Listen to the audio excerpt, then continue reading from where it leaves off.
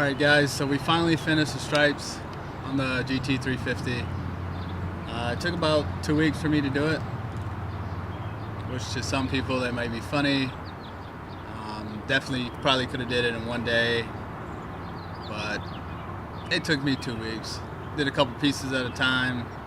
Wanted to always do them relatively late at night so I can cut down on the contaminants that might get on the paint, so I won't have any bubbles or big dust bumps along the way.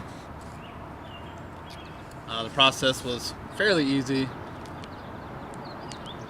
Didn't have too much trouble. Some of the pieces required me to read the instructions more so than other pieces,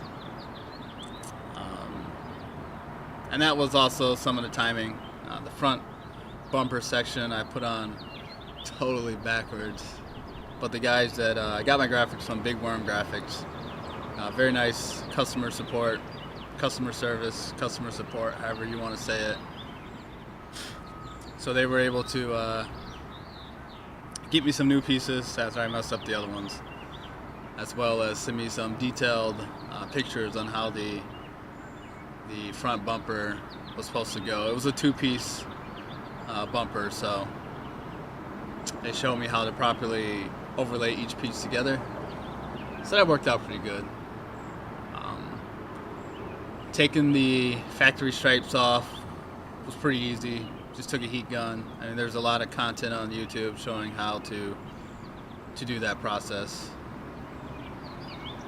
so didn't have any trouble there. The one nice advantage I did have was I did have the factory stripes, so I didn't have to worry about lining up the aftermarket stripes. Basically just taped off everything on the sides, taped a gap in the center. The Big Worm Graphics already came with the gap preset, so the only thing I had to do was overlay my new stripes over the tape outline, and pretty much everything was lined up.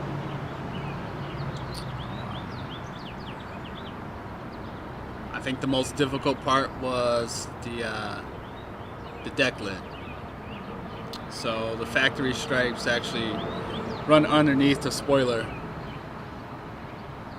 So my first attempt, I tried to take a razor blade and cut it back as far as possible, so then that way if you're looking at the rear section of the car, you don't actually see the stripe. But at certain angles, basically when you were standing by the driver passenger door and you glance back at the wing, you can still see under it a little bit. And since it was black and white, it pretty much standed out. I think I have some pictures of it. See if I can throw them up here. So I had to take the rear deck lid off. I haven't put the deck lid back on yet, basically because I need to go get some 3M tape. But I think that was the most difficult part, taking the deck lid off.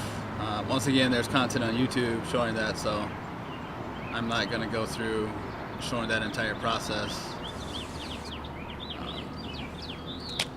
I think the stripes turned out good. I don't think the car's ruined. Most people would say, why touch a $50,000 to $65,000 car? Why take the risk of, one, doing it yourself, two, take the risk of changing the value of the car because it's a classic or a collectible. Sorry, not a classic, a collectible. But I mean, if you're not driving the car and not making the car yours, then you really don't own the car. I don't know if that makes any sense to other people, but you know, I like to make it mine. You see all these GT350s out there, or regular Mustangs, 2018 Mustangs. You really can't tell one from the other. So I think this helps my particular car stick out a little bit. The process was relatively easy, very simple to do. I really like the way it turned out. I like the matte finish. Also chose to do a gap in between the pinstripe, more like I would say like a super snake. You know how the super snake has the one piece stripe down the middle, and then has the pinstripes on the side, but there's also a gap. I like that look. So obviously from the pictures I chose to do a two-piece center with the gap between the pinstripes. I like that. I think the black and white is nice. Even the blue and black combination, or the blue and white, whichever combination Ford has from the dealership, is pretty nice. But I like this combination. So let me know what you guys think. Let me know if you guys agree, disagree.